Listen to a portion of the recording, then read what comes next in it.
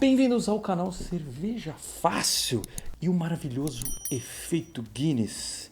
Aquelas cascatas maravilhosas e inebriantes de uma cerveja que é icônica, que lançou muitas inovações aí no mercado. Isso há bastante tempo atrás já, mas até hoje em dia a gente pode falar que é algo surpreendente toda vez que você pega um copo de Guinness e vê aquela cerveja com nitrogênio, você prova aquela espuma cremosa, aí você sabe que você está tomando algo realmente muito foda. Tem gente que não gosta de Guinness, é um puta exemplo do estilo, fora que cerveja com nitrogênio realmente traz algumas diferenças. Então hoje a gente vai explorar um pouco sobre isso, a gente vai explicar como é que surgiu essa história e vai falar um pouco sobre como é feito lá para as cervejarias, mas como você pode ter um sistema de nitrogênio em casa. E inclusive a gente vai trazer alguns testes aí, porque a gente gosta de fazer isso, e a gente vai explorar uma brincadeira interessante de proporções de gases para você conseguir servir aquela dry stout, entre outros estilos, né? Mas principalmente aquela dry stout maravilhosa na pegada da Guinness. Então senta bonitinho, se quiser já deixa o seu like aí para não esquecer depois, e vamos que vamos falar sobre essa história da maravilhosa cerveja Guinness e o nitrogênio, como é que entra nessa brincadeira. Tem uma coisa interessante, você pode achar que o nitrogênio é só puro marketing, né? É só uma jogada de marketing, é só para fazer graça, né? Mas na verdade isso surgiu para resolver um problema. Antigamente, lá nos pubs ingleses, como é que era servida a cerveja? O barril era de madeira. Hoje em dia não precisa ser mais assim. Mas o barril era de madeira, ficava debaixo do bar, num porãozinho, cellar. Cellar é como se fosse o armazenamento, a câmara fria deles. E por ficar debaixo ali, uma temperatura bem amena e tal. E também estamos falando de Inglaterra, né? Então Reino Unido, Irlanda e tal. Já é bem friozinho e ainda mais debaixo ali. E ali era acondicionado os barris de cerveja. Para mandar para cima, eles tinham que usar um pump, um beer engine, né? Que é essa torneira grandona assim, clássica de pubs ingleses. Isso forçava ar, isso mesmo, forçava ar para dentro do barril e fazia a cerveja subir. A cerveja já estava carbonatada, era basicamente um prime de um barril de madeira. Claro que não era muito carbonatado, senão o barril explodia. E jogando ar, você fazendo esse bombeamento, o garçom tirava aquele copo de bitter, aquele copo de stout maravilhoso. E para deixar mais cremosa a espuminha, o que eles faziam? Ainda fazem hoje em dia. Eles colocavam um sparkler, uma pontinha nesse tipo de torneira inglesa, né, que é o gooseneck, né, pescoço de ganso. Eles colocavam um sparkler que é uns furinhos, um disquinho que tem uns furinhos. Isso fazia que o CO2 saísse de solução da cerveja e criasse aquela espuminha, aquele efeito cascata maravilhoso. Isso era feito com ar. E, enfim, clássico de 1000 anos lá. Enfim, daí chegou na questão da cervejaria Guinness, a cervejaria St. James Gates, eles queriam reproduzir essa coisa, né? Essa sensação de servir dessa forma, só que sem degradar a cerveja, porque você está jogando ar para dentro do barril, você tem que zerar esse barril muito rápido, tal. E já estava começando um movimento muito forte para usar CO2 nos pubs, tal, usar barril de inox, tal, que isso era melhor para o produto, entendeu? Mantinha o frescor, evitava contaminações. E daí ficaram com essa questão aí, como é que a gente resolve isso, né? Como é que a gente cria aquela sensação, aquela maravilha que é a cerveja a Real Ale, né, que é servida no pump, mas sem degradar a cerveja. Daí entra na história um tal de Michael Ash. Ele é um matemático contratado pela cervejaria Guinness em 1951. Matemática, que história é essa? Enfim, ele não tinha muita experiência como cervejeiro, mas ele começou a receber treinamento, ele começou a entender tudo e ele começou a experimentar e tentar resolver essa questão. Como é que serviria uma stout sem perder a cremosidade dela, sem degradar a vida útil de uma forma fácil que pudesse qualquer garçom, mesmo sem treinamento, entregar aquele pint maravilhoso. E foi quando ele teve a ideia de utilizar nitrogênio junto com o CO2, para que o nitrogênio é um gás que não se dissolve tão bem na cerveja, né?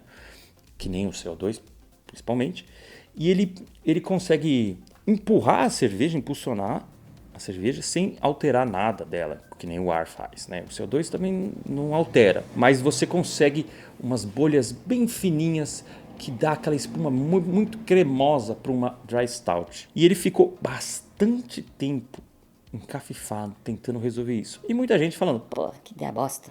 Nitrogênio, você tá maluco? ele foi perseguindo essa ideia durante muito tempo e depois ali de uns bons anos, ele terminou o projeto, entregou. Isso casou com o aniversário de 200 anos da cervejaria St. James Gates, né?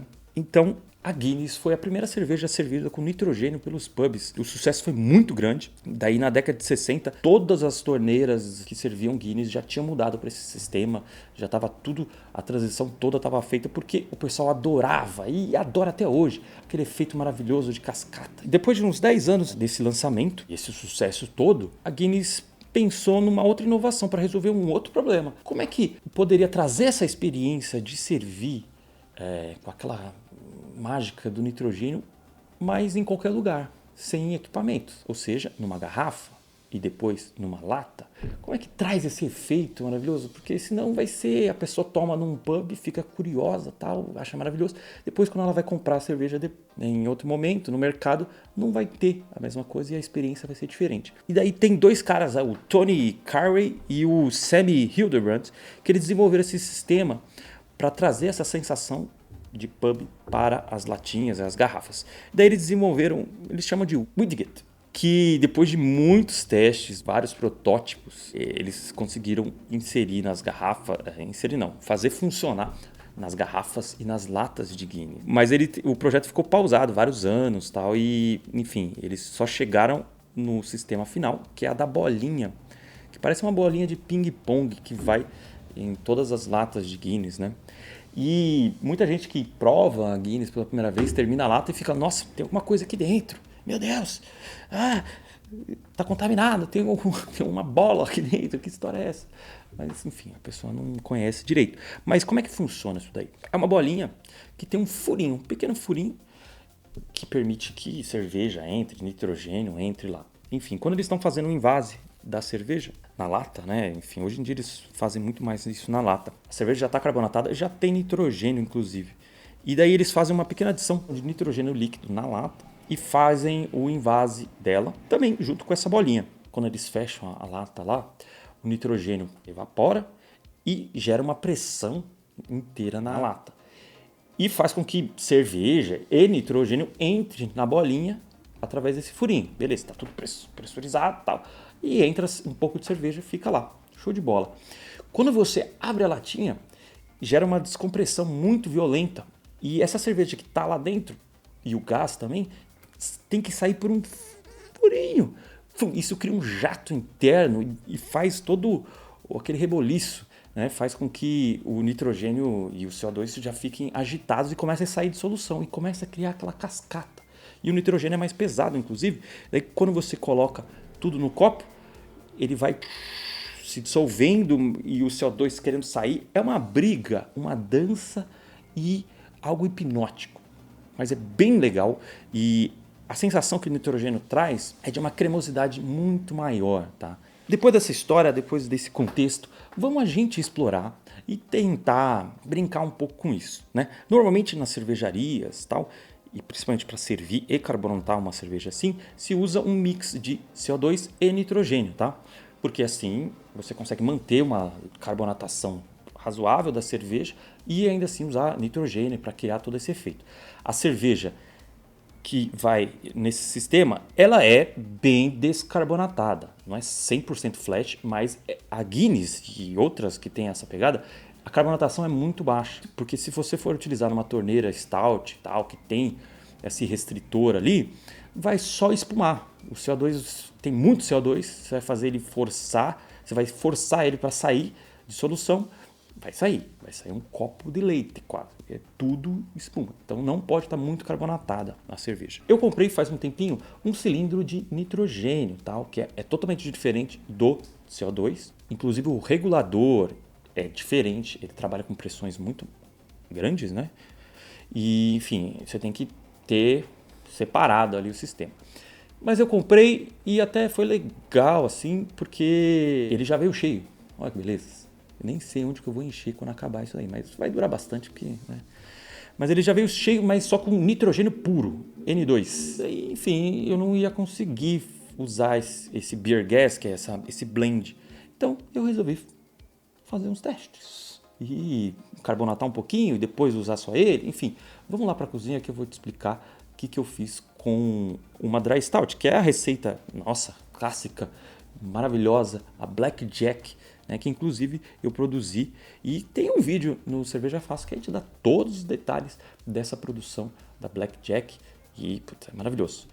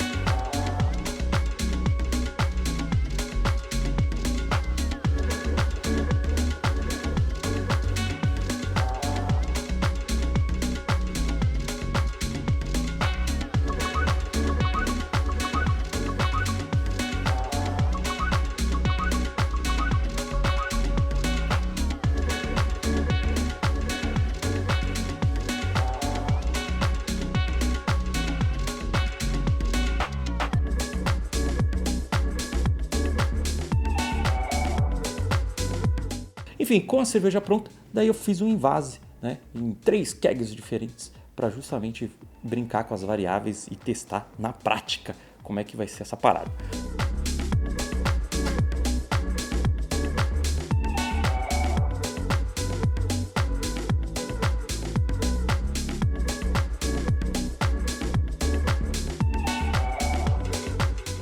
Então, agora vamos para o copo e, enfim, para alguns copos e ver qual é o resultado de brincar bastante com essa questão dos gases. Vamos lá.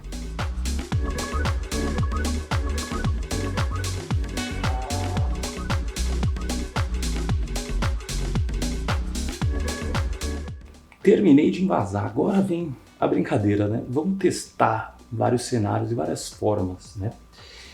Esse primeiro eu vou usar só um pouquinho de CO2, 1 kg de pressão carbonatado, do jeito que eu faço, 2 minutos. E depois eu vou injetar 2 kg de pressão de nitrogênio e também mais 2 minutos, tá? Então, enfim, vai ser bem legal. E eu vou servir com nitrogênio. Esse aqui vai ser o coringa, porque é meio doideira que eu vou fazer. Não faz muito sentido. Eu vou usar só nitrogênio para carbonatar, mas eu vou servir com CO2. Depois eu posso servir com nitrogênio também, só para ver se muda alguma coisa. Mas vai ser interessante, porque eu fiz no café e deu um efeito maravilhoso. Então eu vou carbonatar também com nitrogênio. E esse aqui vai ser o quase controle, né? Porque eu vou carbonatar normal com CO2, mas eu vou servir com nitrogênio para ver se só servir com nitrogênio já faz alguma diferença interessante para essa stout. Então bora lá carbonatar.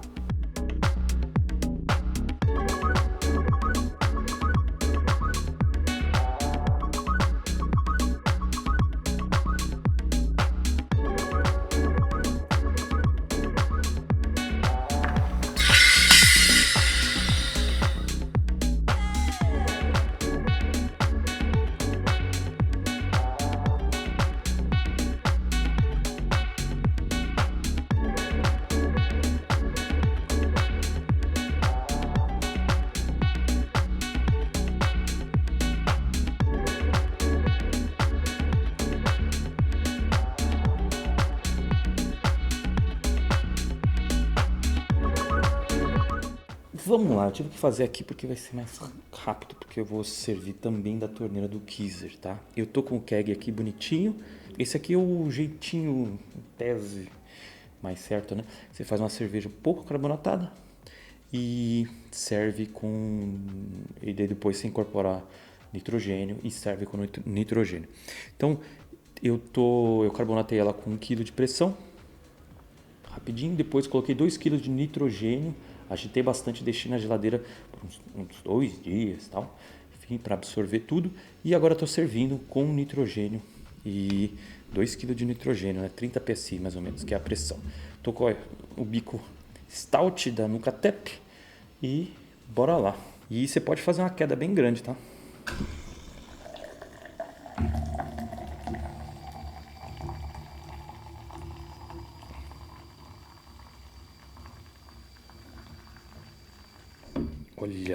Olha que beleza, dá pra ver a dança dos nitro, ele descendo e tal, bem bonitona mesmo, cara. Assim, trouxe resultados bem legal fazer dessa forma. A cerveja não tá muito carbonatada, se tivesse muito carbonatada ia ter só espuma, mas ó, que beleza. Saúde.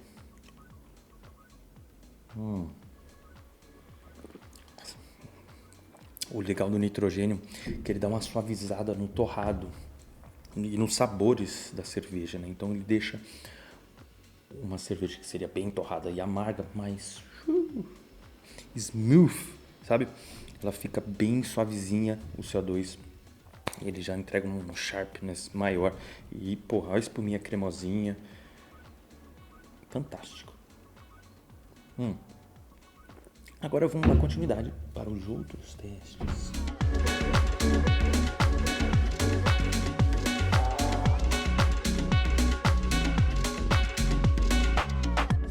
Vamos lá, agora é uma outra cerveja. Essa é a que eu carbonatei com nitrogênio puro, mas eu vou servir com CO2, né? Enfim, ela tá plugada desde ontem com CO2 e eu só fiz um teste rápido e tal. E deixei com uma pressão alta ali, deixei uns 20 psi a noite inteira para dar essa carbonatadinha. Então, vamos descobrir se desse jeito dá.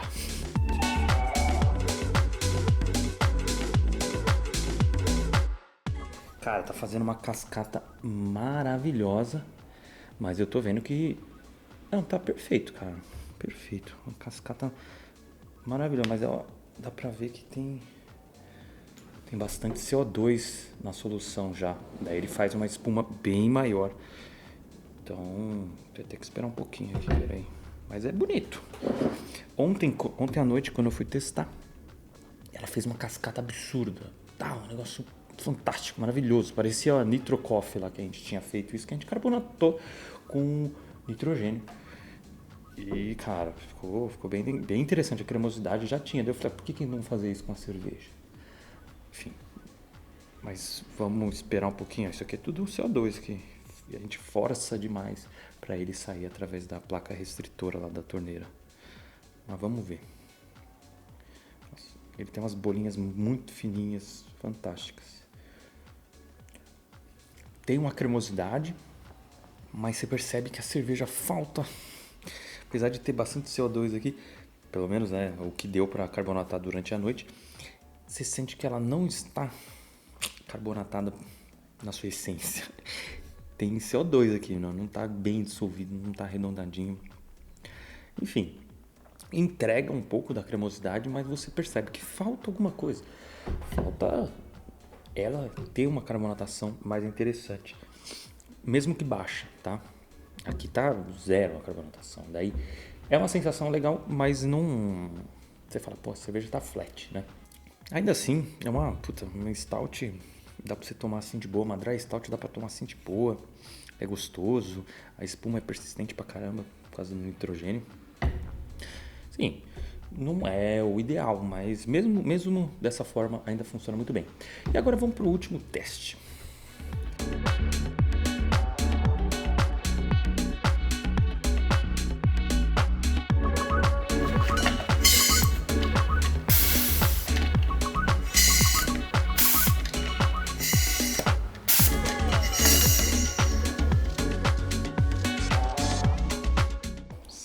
inteira. Que já são só 11 da manhã. Vamos lá. O último é um teste de controle. Eu carbonatei, como eu faço sempre, com 2 kg de CO2, 2 minutos. E agora eu vou servir só no nitrogênio. Já conectei e vou servir com 2 bar de pressão no nitrogênio também, usando a placa restritora, tal, enfim, a torneira Stout. Será que vai ser só um copão de espuma? Vamos ver. A cerveja ficou bastante tempo com essa pressão, assim, que eu carbonatei, uns 3, 4 dias aí que eu não queria mexer, para dar tempo de tudo arredondar, principalmente o nitrogênio absorver o máximo possível nas outras. Então vamos ver. Sai um leitinho. Um copão de leite, hein?